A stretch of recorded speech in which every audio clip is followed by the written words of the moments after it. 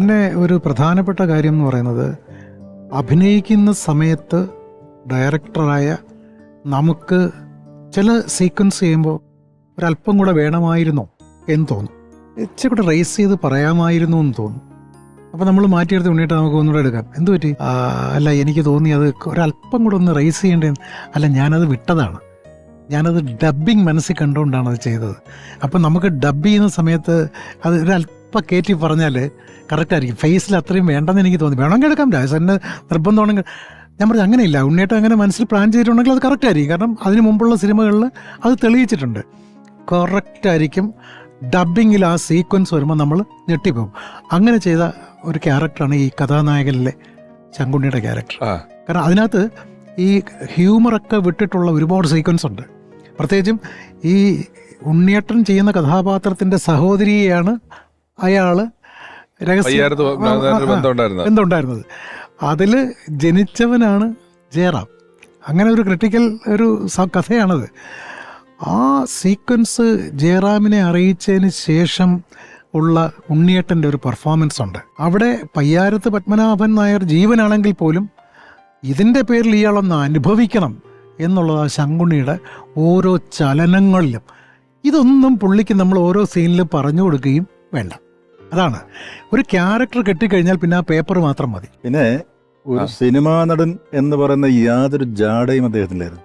ഞാൻ എപ്പോഴും ആ ഒരു മുണ്ടും, അത് സ്റ്റാർച്ച് മുക്കാത്ത ഒരു മുണ്ടും, ഒരു സാധാരണ ഷർട്ടും ഇട്ടില്ല. ഏത് ഫംഗ്ഷൻ ആണെങ്കിലും എവിടെയാണെങ്കിലും ഒരു സാധാരണക്കാരനായിട്ടല്ലേ പോയിരുന്നു.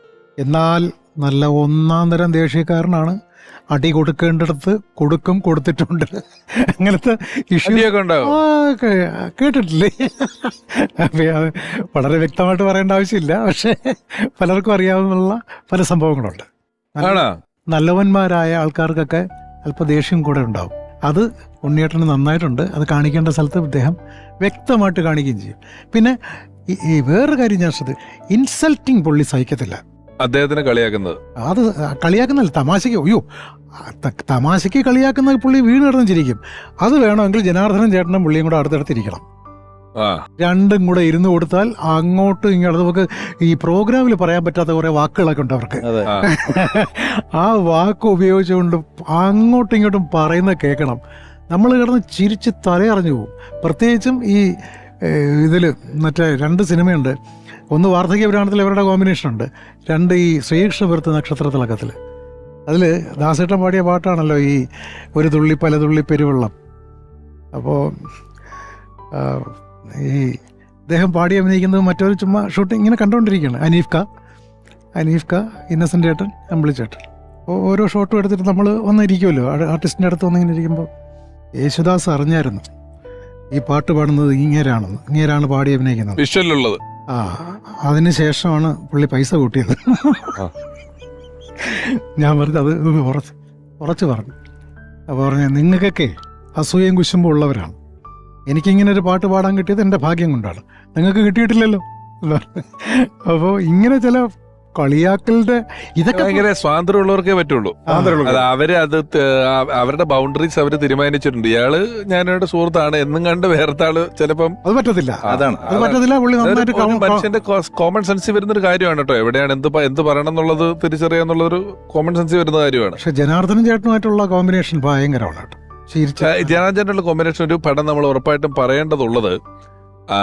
വരവേൽപ്പ് എന്ന് പറയുന്ന സിനിമയിലെ 2 അളിയന്മാരെന്ന് പറയുന്നത് ജനാർദ്ദനൻ ചേട്ടനും ഉടുണ്ടികൃഷ്ണൻ ചേട്ടനുമാണ്. അപ്പോ ഉടുണ്ടികൃഷ്ണൻ ചേട്ടന് ഹോട്ടലാണ്, പുള്ളി അബ്കാരിയാണ്. അപ്പൊ ഈ ഗൾഫിൽ നിന്ന് കൊണ്ടുവന്ന പൈസ കൊണ്ട് നല്ലൊരു ഹോട്ടൽ തുടങ്ങിയാൽ എന്തോ കുഴപ്പം, എന്താ അത്? അപ്പം അദ്ദേഹം വരും, നീ പൈസ മുഴുവൻ കൊണ്ടുവന്നത് ഇവിടെ കിടന്ന് ചായക്കട ഉണ്ടാക്കുന്ന ചായക്കടയല്ല മാവാന്ന് പറഞ്ഞിട്ട് അബ്കാരി പരിപാടിക്ക് പോകും. ഇതിനിടയിലാണ് ശങ്കരാടി ചേട്ടൻ വന്നിട്ട് നല്ല തെങ്ങമ്പുരയിടം നല്ലതെന്ന് പറഞ്ഞിട്ട് പൈസയായിട്ട് വരുന്നത്.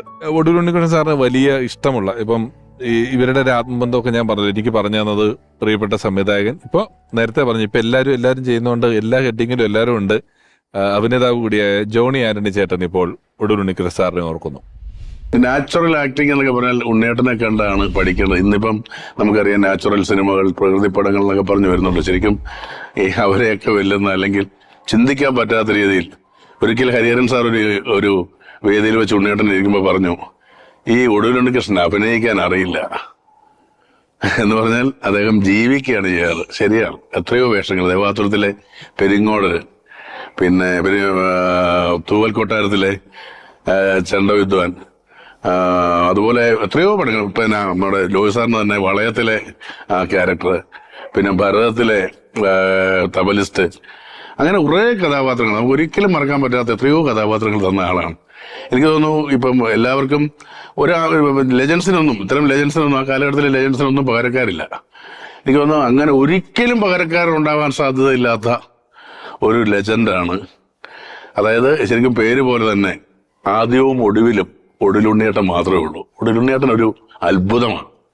എനിക്ക് ഭയങ്കര എൻ്റെ ഏറ്റവും വലിയ ജീവിതത്തിൽ ഒരു അഭിമാനം, അല്ലെങ്കിൽ പിന്നെ അദ്ദേഹത്തിന്റെ വേർപാടിൽ വിഷമമുണ്ട്, അത് ഇല്ല എന്നുള്ളത് നമുക്ക് വിഷമമുണ്ട്. പക്ഷേ അദ്ദേഹമൊക്കെ ജീവിച്ചിരുന്ന കാലഘട്ടത്തിൽ ജീവിക്കാൻ പറ്റി, അസിസ്റ്റന്റായിട്ട് കാണാൻ പറ്റി, അസോസിയേറ്റ് ആയിട്ട് വർക്ക് ചെയ്യാൻ പറ്റി, അതുപോലെ തന്നെ ഡയറക്റ്റ് ചെയ്ത സിനിമയിൽ ഉണ്ടായിരുന്നു എന്ന് പറയുന്നത് വലിയൊരു ദൈവാധീനമായിട്ട് കാണുന്നു. പിന്നെ പ്രോംപ്റ്റിങ് വേണ്ടാത്തൊരു നടനായിരുന്നു. അതായത് ഒരു ഡയലോഗ് നമ്മൾ കൊടുത്താൽ ആ സ്ക്രിപ്റ്റ് കേട്ടിട്ട് ആ ഡയലോഗിൽ കുറെ മാറ്റങ്ങൾ പുള്ളി തന്നെ വരുത്തും, അത് ഘടനയിൽ. എന്നിട്ട് അത് പുള്ളി പറയും. അപ്പം പുള്ളി പറയുമ്പോൾ അതിന്റെ കണ്ടന്റ് കറക്റ്റ് ആയിരിക്കും.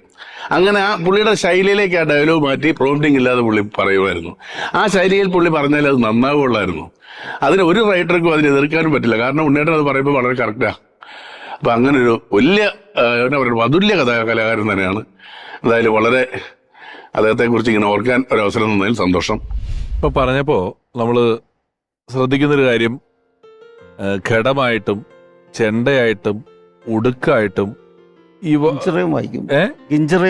അല്ല, സിനിമയിലെ ക്യാരക്ടറുകളുടെ കയ്യില് ആറാം തമ്പുരാൻ എന്ന് പറയുന്ന സിനിമയില് ഈ മഞ്ജുരം ഒരു പൂച്ചക്കുഞ്ഞിനെ ഫ്രണ്ടിലിരുത്തിയിട്ട് ഹാർമോണിയം വായിച്ചു കൊടുക്കുന്ന ഒരു കഥാപാത്രമുണ്ട്. ഒരു കടുക്കനൊക്കെ ഇട്ട് വളരെ ദൈന്യത ഉള്ള, എന്നാൽ ഈ തമ്പുരാന്റെ കഥകളൊക്കെ അറിയാവുന്ന ഈ ഉണ്ണിമായി എന്ന് പറയുന്ന ക്യാരക്ടറിനോട് വല്ലാത്തൊരു സ്നേഹമുള്ള ഇയാളുടെ ഹാർമോണിയമാണ് ഈ കൊടുക്കുന്നത്.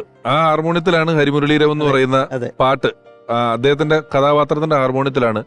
അങ്ങനെ ഒരു സംഗീതത്തിലുള്ള ഒരുപാട് ഉപകരണങ്ങളുമായിട്ട് അറിഞ്ഞോ അറിയാതെ കൃത്യമായൊരു ബന്ധം ഉണ്ട്. തബലിസ്റ്റ് ആയിരുന്നു.